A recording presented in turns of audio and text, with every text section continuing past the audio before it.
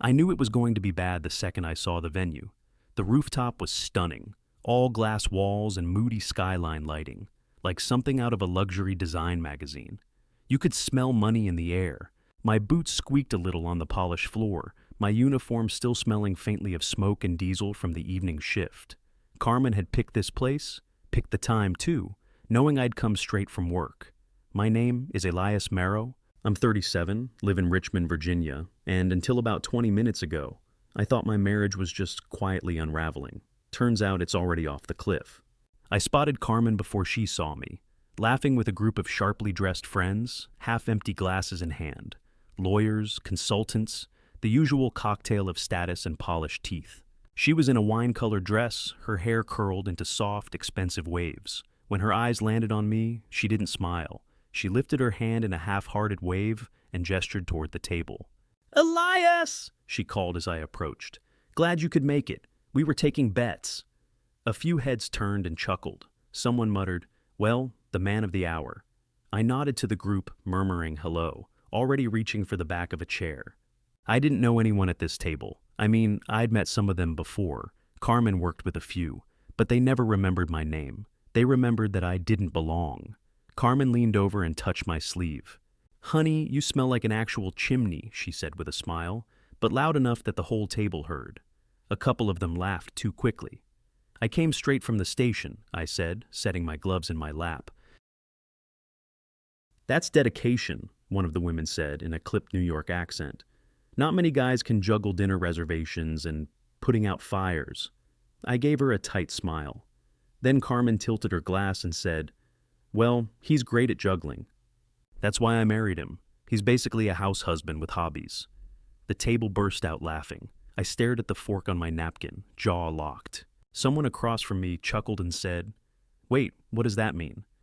"Oh, Carmen continued, gesturing casually. "He does a little volunteer work, makes incredible grilled cheese, folds laundry better than my cleaning service. He's a Renaissance man, just not the breadwinning kind." Laughter again. I didn't say a word. I didn't look at her. I just folded the napkin and slid my wallet from my pocket. The check had already been dropped off, tucked into a fake leather folder. Carmen noticed me grabbing it. "Hey, you don't have to—" I stood, ignoring her. I dropped my card in the sleeve and walked it over to the server myself. Behind me, her voice followed like a mosquito. "It was a joke, babe. Don't be weird." I paid the bill, tipped well, handed back the receipt. When I returned to the table, Carmen was still holding court, twirling her wine glass like nothing had happened. She didn't even look at me. I didn't bother saying goodbye. I turned, walked toward the elevator, and rode it down in silence. Outside, the street was glossy with fresh rain. A black sedan was parked at the curb with its hazards on. The back door opened smoothly. A woman stood next to it. Fitted black suit. Clipboard. Her name tag read, J. Berman and Associates. She didn't smile, just nodded once. I slid into the back seat. Didn't look back. Let them laugh. Let them drink. My name was off their guest list, and soon, off their lips entirely. 3 months earlier, the closet door wouldn't close. I was trying to shove Carmen's suitcase back into place, the rolling one with the busted zipper she kept saying she'd replace, when the leather-bound planner caught on the edge and fell out. It landed spine up, pages fanning like a slap. I almost shoved it back without thinking. Carmen kept half her life in planners, but something stopped me. Maybe it was the way it fell open. Or maybe it was just that the closet still smelled faintly like someone else's cologne, something citrusy and clean that didn't match the soap I used. I flipped the planner shut. A folded photo was tucked into the back cover. It was old, years old judging by Carmen's hairstyle, but crisp like it had been looked at often. She was laughing in the picture, arm around some guy with gym-tan skin and a half-button polo shirt. His hand rested low on her waist, fingers a little too familiar. It took me a second to place him. Logan. The mentor. The fitness coach she used to train with before her company-made partner. The one she said helped her reset her mindset and focus on success. I remember sitting across from him once at a fundraiser. He shook my hand too hard and called me Chief. They were standing in front of the same rooftop bar where Carmen would later roast me in front of her friends. The same one. Same skyline behind them, same string lights. different night, different vibe, and yet I didn't say anything. I didn't confront her that evening or the next. Carmen had gone to a 3-day yoga retreat in Asheville, said she needed to detox her nervous system. I let her detox. Meanwhile, I pulled out my laptop and opened the old email thread from Mike S., a guy I used to know through the city's public safety committee. He worked in municipal compliance now, the kind of guy who knew which lawyers were quietly brilliant and which ones just wore expensive suits. I asked him one question. You still know that strategist you mentioned back in April? The one who does quiet work? His reply came within 10 minutes. You mean Jada Berman? She's surgical. Want me to connect you? Yes, I did. 2 days later, Jada met me at a bakery near the courthouse. She wore all black, spoke in measured tones, and took 0 notes.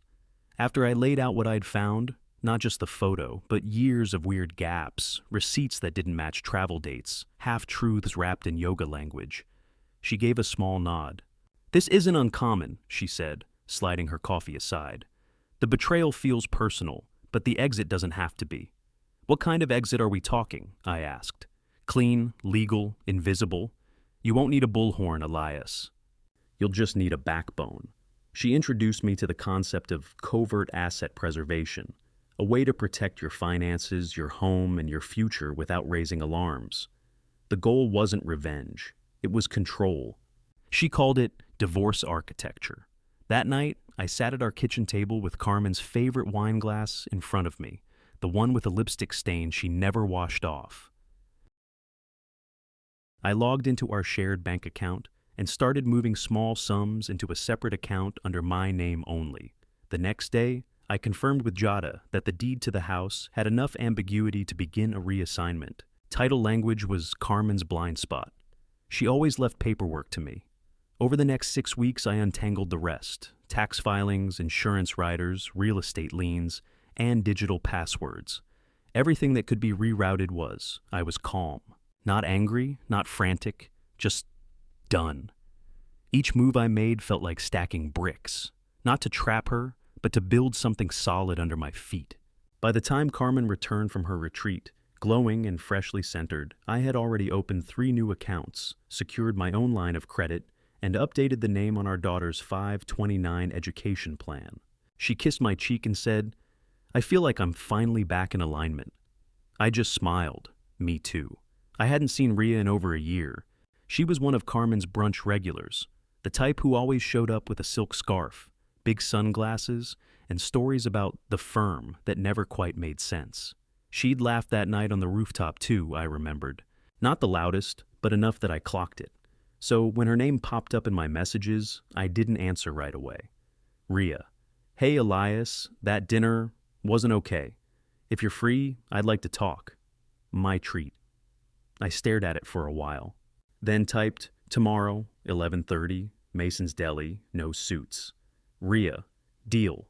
The place was quiet when I got there, just the scent of rye and pickles in the air, and an old Tom Petty song playing low through the speakers. Rhea was already seated at a booth in the corner, stirring a tiny cup of espresso. No scarf today, just a denim jacket and no makeup. She looked tired in a way I hadn't seen before. You look good, she said as I slid into the booth. Better than I expected. Didn't know I was on anyone's casualty watch list? She gave a tight smile. Honestly, I thought you were in on the joke, the whole time. I didn't answer, just raised an eyebrow and waited. She sighed. Carmen told us for years that you were content, that you didn't want more, that you were into your little routines and firehouse projects. She made it sound quaint. I thought it was an arrangement. It wasn't. Rhea looked away, lips pressed together.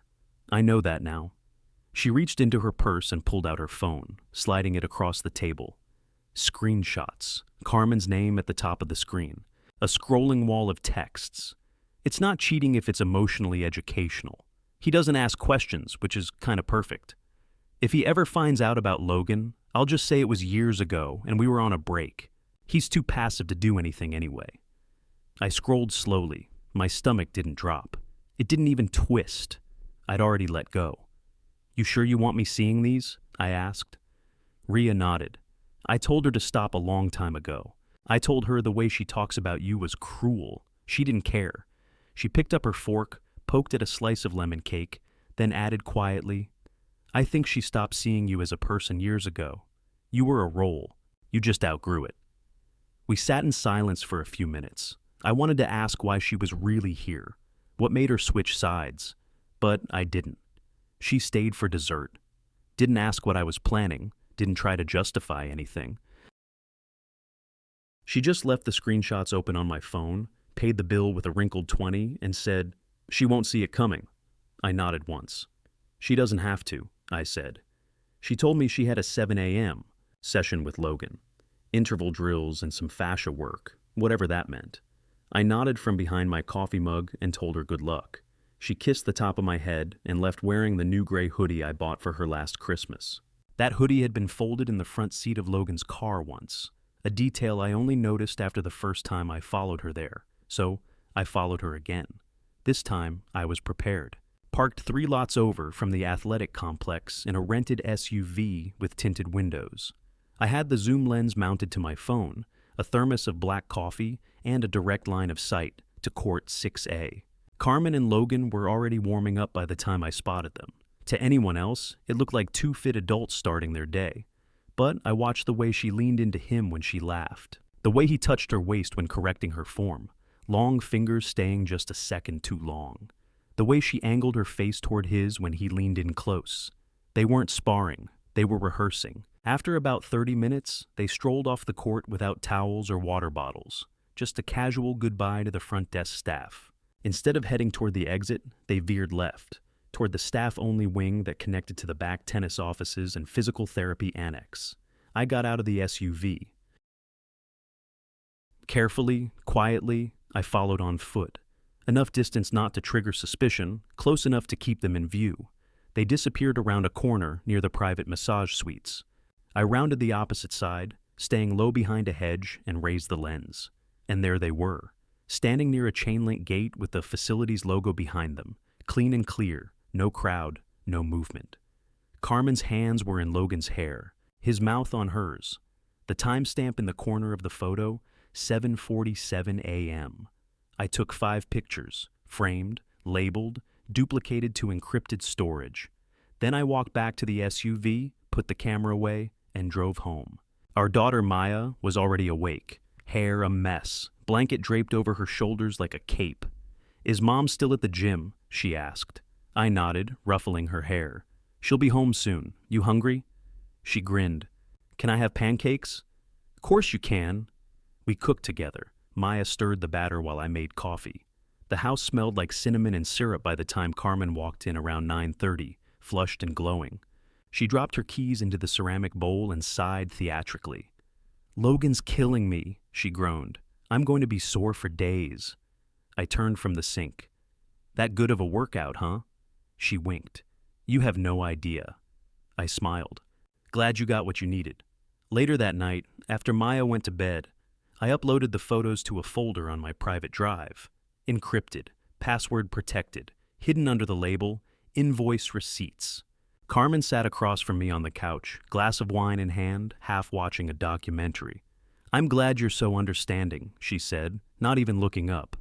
About everything lately, my schedule, my moods. Just, thanks for being solid. I looked over at her. Always happy to support, I said, and I meant it. Just not in the way she thought. The office Jada worked out of didn't look like a law firm. No brass nameplate. No heavy oak furniture, just a plain suite on the 4th floor of a mid-rise building outside the city, with white walls, filtered water, and a single abstract painting that looked like smoke rising from a house. It was intentional, she told me the first time I visited. We don't build drama here, she said. We dissolve it. That day we were finalizing the dissolution of my wife's legal leverage. Jada sat across from me, her laptop open, a stack of documents neatly organized between us. No jargon, no theatrics. Everything was crisp, surgical. Custodial trust, she said, tapping the first folder. This transfers exclusive authority over Maya's education, medical care, and travel decisions to you, effective immediately, without triggering alarm. Carmen will still think she's on the paperwork, but it's been revised to make her a co-signer without actual rights. I skimmed the page. Every clause had been built to look like business as usual. It was airtight. Joint accounts? I asked. Frozen as of 10 minutes ago, she replied without looking up. Your name removed from her credit lines, hers from yours. I also routed the savings account to a secured ledger in your name only. It's registered through a quiet LLC we stood up last month. The LLC named Monarch Ridge Ventures? Jada smiled slightly. Exactly. That's also now listed as the controlling entity on the house title, which means Carmen technically lives in a property owned by a private entity she has no claim to, I finished. Bingo. I didn't react, not visibly. But I felt the shift, like stepping into a room and finding it warmer than expected. She passed the next folder across the table. This is the residency clause we discussed, she said. It outlines that, post-filing, Carmen will have 60 days to vacate the property unless you grant an extension. She won't see it coming because she'll assume she still co-owns the house. But technically, as of last week, she's a guest. I read through it line by line. No language was aggressive, nothing that screamed war. But it was all there. Authority, contingency, clarity. Carmen had always talked about controlling the narrative. Now she wouldn't even be holding the pen. Jada pulled out the final document. This, she said, laying it flat, is a list of contingencies. If she contests custody, we file this. If she tries to liquidate assets, we freeze that. If she goes public or hostile, we launch an automatic injunction citing breach of fiduciary transparency. And the evidence? I asked. Archived, time-stamped, independent third-party validation, including photos, location data, and witness statements if needed. Ria's screenshots, my own photos. Carmen's own words, buried in her texts, saved across 2 cloud drives. I picked up the pen. Jada didn't try to convince me. She just waited. Will she know right away? I asked, signing the first page. Not until you say something. We built it that way. She'll feel it, though, I said. Something will shift. Let her feel it, Jada replied, already collecting the signed pages. That's not our concern. I signed the final line. The room felt very still. This doesn't feel like revenge, I said after a moment. It's not, she said. It's removal. I nodded slowly. As I walked out into the parking lot, the sun was low behind the trees, casting long shadows. My phone buzzed, Carmen texting about dinner plans and whether I'd remembered to pick up more oat milk. I didn't respond. She could drink whatever was left, because starting today I wasn't her safety net. I was the storm.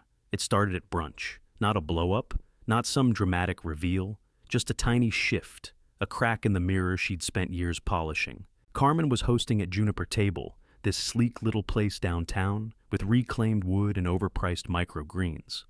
I wasn't there. I wasn't supposed to be, but Ria was. She didn't tell me the whole conversation, just enough to paint the picture.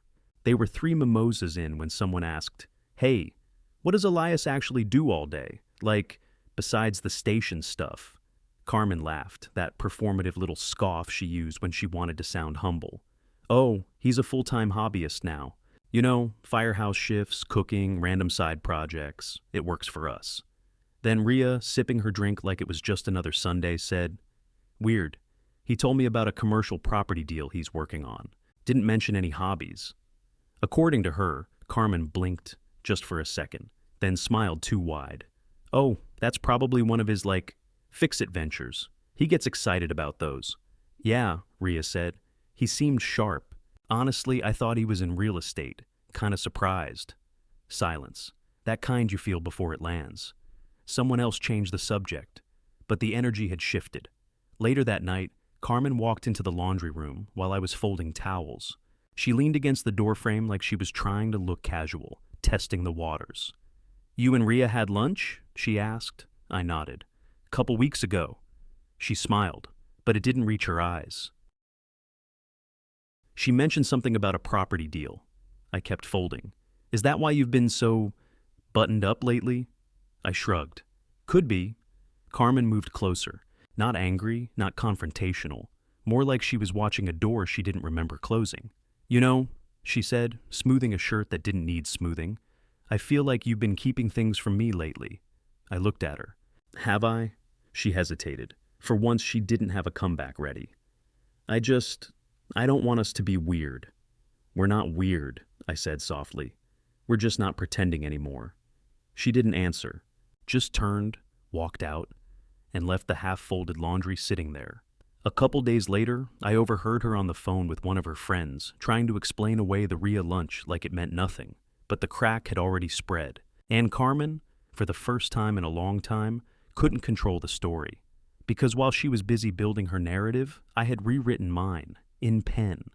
Carmen wanted to know why I suddenly cared about the guest list. I thought you hated hosting, she said, thumbing through her phone while half watching a home renovation show.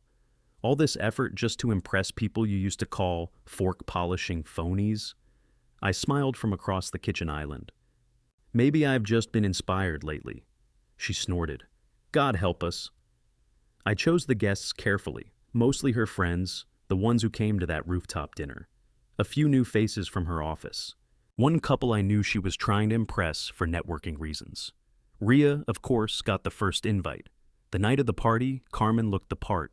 Silk dress, heels just shy of aggressive, lipstick sharp enough to draw blood. She spent nearly an hour getting ready, humming to herself as if nothing in the world was off. The house glowed with soft lighting and curated music. Not overly showy, but not forgettable either. Carmen handled the greetings at the door, wine in hand, her voice light and performative. I stayed in the background for a while, topping off drinks, letting her hold the spotlight. Until I didn't. Rhea arrived 20 minutes in, on the arm of her date, a soft-spoken civil engineer named Marcus. Carmen's smile froze for a split second when she saw her. Rhea, she said, with just a little too much sweetness. Didn't know you and Elias were close. Rhea smiled, brushing past her. We've been catching up. He's more interesting than he lets on. That was the first shift. The second came when her friend Elise asked me about that volunteer gig. I nodded. Still do the firehouse shifts, but I've been tied up lately with development contracts. Elise blinked. Development? I shrugged like it was nothing. We've been acquiring properties across the river, old warehouses mostly, converting some into co-working spaces, others into hybrid use. Got our third short-term rental up this month. The table went quiet. You're in real estate? One of the consultants asked, suddenly more attentive. Technically, I said, sipping from my glass. I manage the trusts that own the properties, but yeah, I'm involved. It's quiet work. Carmen laughed, too loud. Since when are you a mogul? I met her eyes. Since someone stopped looking. That one landed hard. You could hear the pause. Even the jazz track playing through the speakers felt like it dimmed. Rhea stepped in with a comment about architectural tax credits, keeping things moving.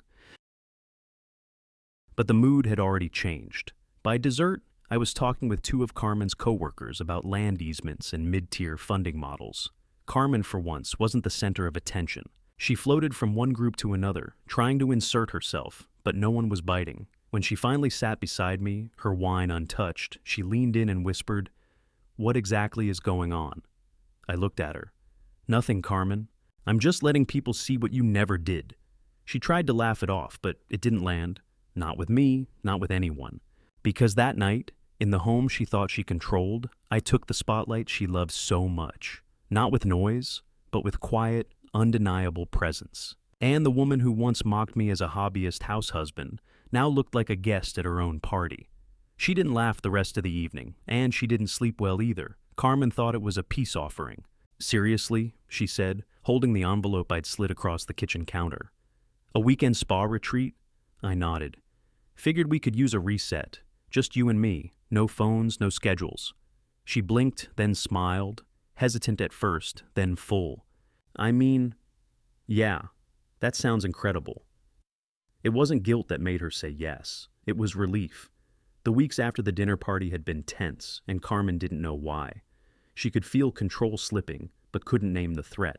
So, when I offered serenity wrapped in scented eucalyptus, she took it like a drowning woman offered silk. We drove up Friday morning. A private resort in the Blue Ridge foothills, exclusive and quiet, the kind of place she used to tag in aspirational Instagram posts. She had no idea I owned part of it. The shell company, Banyan and Firth, held majority shares in the management group.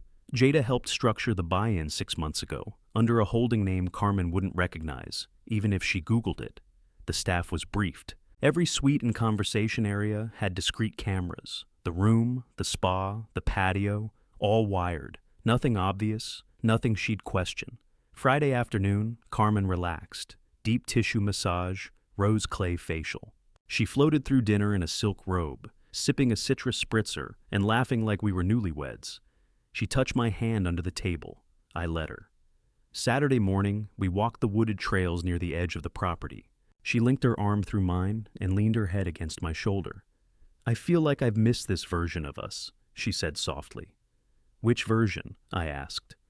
"The one where I don't feel like I have to be perfect. The one where we just breathe." I didn't say anything, just squeezed her hand. That afternoon, in our private suite, Carmen opened up like she was at confession. "You know," she said, curling her legs beneath her on the couch, "I wasn't always fair to you." I tilted my head. She exhaled, like it hurt. "I got used to being admired, at work, in our circle, and you were just safe, solid. I think I resented that sometimes."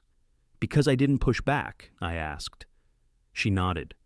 "You didn't push at all. And Logan—" She trailed off, catching herself. I didn't blink. "Logan? What?" Her voice was barely above a whisper. It wasn't serious. I just needed to feel something that wasn't quiet, you know? I nodded. "He understood that part of me," she said. "The ambition, the hunger. He made me feel—" She stopped herself, biting her lip. "It doesn't matter." I let a beat pass, then said, "And now?" She looked at me, eyes damp but not crying. "Now I want us back, really back. I'll end everything. I want to come home again." I reached over and touched her cheek, warm, soft, lying, still. That night, she slid into bed beside me, touched my chest like she used to, asked if we could start over. I kissed her gently and whispered, "Let's just rest." Sunday morning, while she packed her robe and slippers, I sat on the edge of the bed, exporting the footage from the hidden server. Confession, blame-shifting, attempts at intimacy. Time-stamped, crystal clear. By the time we checked out, I'd already wiped the temporary recordings from her devices and backups. She walked out with a fresh candle and a hopeful smile. I walked out with everything I needed.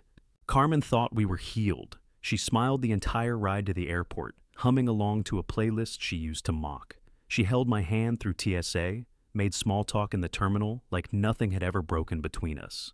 I played along. "Window or aisle?" she asked as we approached the gate.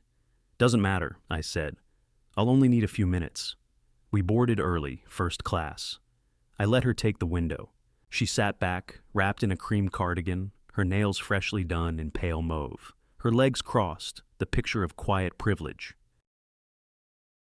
When the flight attendants did their safety demonstration, she leaned toward me and whispered, "Maybe we should do these weekends quarterly." That place changed me, I smiled. "Good," I said, "because this next part might change you too." She laughed softly, not understanding. Then I reached into the leather bag at my feet and pulled out a slim folder, plain black. No logo. I set it gently on the tray between us. "What's this?" she asked, blinking. "Proof," I said. She opened it. The first page was a full-color photo, her and Logan near the chain-link gate, his hand in her hair, her mouth on his. Date and time stamped in the bottom right corner. Her fingers trembled slightly. She flipped to the next page, a printout of Ria's screenshots. Carmen's own words. "He doesn't ask questions, which is perfect. If he finds out, I'll play the yoga card again." Next came the financial inconsistencies, the deposits to her private account, the rerouted client reimbursement that was supposed to go toward Maya's school fees, and finally, the divorce filing, notarized and signed. "Everything's been prepared," I said quietly. "Custody, assets, all of it." Her breath caught. She looked up at me like I'd just stabbed her. You tricked me." I didn't blink. "I recorded the weekend, Carmen. Every word, every lie. You handed me your confession in a spa robe." "You're disgusting," she hissed, voice low but rising. "You manipulated me. You've manipulated me for years." She slapped the folder shut. This is entrapment. You used our daughter, our family, as leverage. No, I said calmly, sipping from the plastic cup of airplane coffee. You used our family. I'm just calling time on it. Her face flushed red. I want a lawyer. You'll need one. Carmen's voice rose. I want to speak to someone in charge. This flight is a public space, and you can't ambush me here like I'm some criminal. A nearby passenger looked over. Another pulled out their phone, subtle but obvious. The woman across the aisle tilted her head, sensing something going viral. A flight attendant approached. Ma'am, is everything okay? Carmen whipped toward her. No, it's not okay. He blindsided me with fake documents. He's threatening me. The attendant held up a hand. Ma'am, I need you to take a deep breath. If this is a private matter, we can de-escalate it quietly. But if you continue... He recorded me, she snapped. Without my consent, the attendant gave me a tight look. She's not in danger, I said. Just embarrassed. Carmen's hands trembled as she sat back down, tears gathering fast. You're not a man, she whispered. You're something else. I looked out the window, the sun catching the edge of the wing. I know, I said. That's the point. She didn't speak for the rest of the flight. I didn't need her to. Everyone else was listening. It had been 3 weeks since the flight. I hadn't seen Carmen face to face since. She'd gone quiet, legally cornered, socially gutted. Rhea said most of the friends she used to host for dinner had distanced themselves, quietly and quickly. No one wanted to pick sides, but they did anyway. That Friday night, I parked across from Atlas Room, a sleek new spot on Carey Street, all matte black and gold accents. Carmen had posted about it earlier that day. First real night out in weeks. Time to reset. Is new chapter. I wasn't going inside. I didn't need to. Rhea was driving. She pulled up in the black SUV I now used for business meetings, the one Carmen used to tease me about, calling it your midlife crisis on wheels. We waited. Inside the restaurant, through the big street-facing windows, I spotted Carmen with a smaller group than usual. Just 4 people, 2 of them unfamiliar. She was trying to laugh. That laugh she used to use at gallery events, light and practiced.